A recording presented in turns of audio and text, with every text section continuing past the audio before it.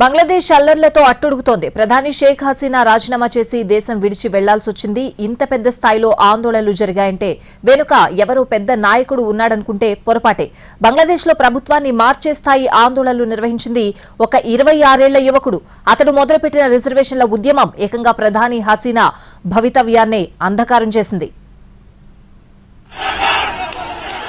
ఆ యువకుడి పేరు నాహీద్ ఇస్లాం. 1998లో ఢాకాలో జన్మించాడు. ఢాకా విశ్వవిద్యాలయంలో సోషియాలజీ విద్యార్థి. నహీద్ తండ్రి టీచర్.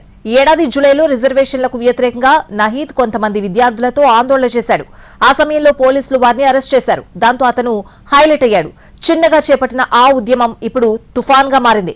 బంగ్లాదేశ్ ప్రభుత్వాన్ని చుట్టుముట్టింది. ఘర్షణల్లో 300 మంది విద్యార్థులు మృతి చెందారు. వీరిలో చాలా మంది యూనివర్సిటీ విద్యార్థులే. ఆ సెగ బంగ్లా ప్రధాని పీఠాన్ని షేక్ చేసింది. ఆమె పదవికి రాజీనామా చేసి దేశం విడిచి వెళ్లిపోవాల్సి వచ్చింది. ఇక నహీద్తో పాటు ఇతర విద్యార్థి నేతలు బంగ్లాదేశ్లో ఆర్మీ పాలనను గాని ప్రత్యామ్నాయ ప్రభుత్వాన్ని గాని అంగీకరించడం లేదు. నోబెల్ గ్రహీత మహమ్మద్ యూనిస్ చీఫ్ అడ్వైజర్ గా ప్రభుత్వం ఏర్పాటు చేయాలని కోరుతున్నారు. దీనికి సంబంధించి army chief general Waqar uz జమాన్తో సమావేశమై చర్చించనున్నారు.